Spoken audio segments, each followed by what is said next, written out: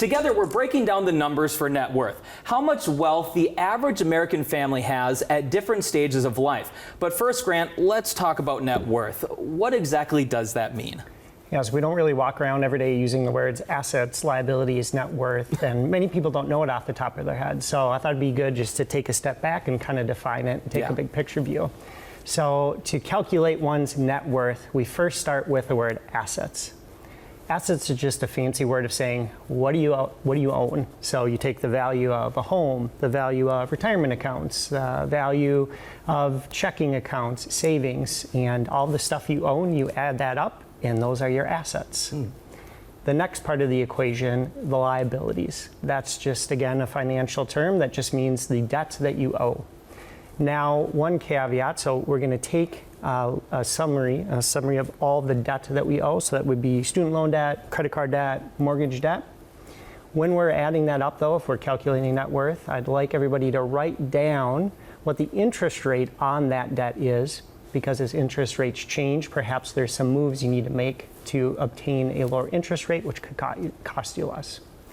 So once you have your assets, everything you own, and you subtract your liabilities, everything that you owe money on, you then will have your net worth.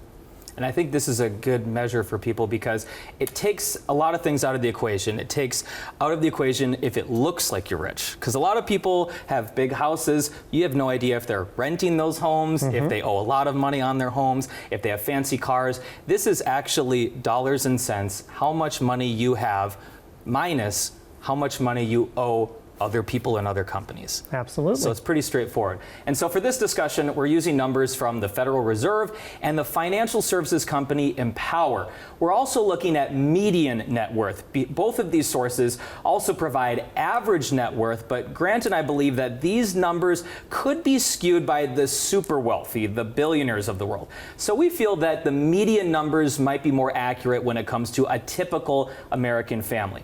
Let's start out in the 20s. The Federal Reserve didn't have any data for the 20s, but Empower says the median net worth for someone in their 20s is about $7,500. And I'm sure a lot of people might be, surprised by that, thinking that's higher or that's lower. I'm sure that takes into account that a lot of people in their 20s, most of them still owe money at this point in their younger 20s. Yeah, certainly early on in your 20s, it wouldn't surprise me if you have a negative net worth. Student loan balance would be a pretty big culprit right there.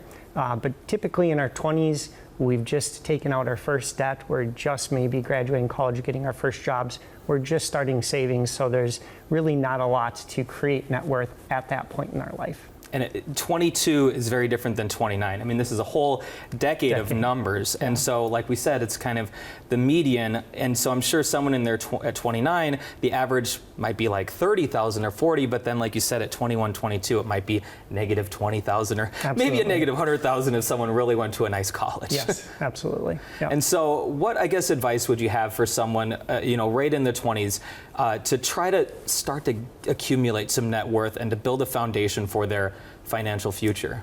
So I think the biggest thing in our 20s is actually to focus on financial education. So many things we do in our 20s is going to compound to have big effects later in life. So we want to make sure the decisions we're making with our money in our 20s are smart ones, not taking out high interest rate debt, starting to do savings like in a 401k plan with a company match. Doing the basic essentials and educating ourselves are going to be the key things we want to focus on in our 20s. I remember my first job, I was 22, and my dad was very much like, you need to start your 401k right away. And I was like, really? I'm looking at my paychecks and like, I don't know how I'm going to make the bills. And he's like, hey, start it. If you run into problems, then you can figure it out. But it was really smart because that money at age 22 has so much more time to grow for your future and has so many more years to accumulate. And that's the trick. All the money that we can save early on, even though it may be small dollar amounts and may not seem like it's a lot of money, it compounds so quickly over time, and that's when the magic really happens. Likewise, if we make really poor decisions, we take out high interest rate debt, we go into bankruptcy, we ruin our credit, those things also could push back decisions later in life when we want to buy homes, when we want to buy cars, things like that.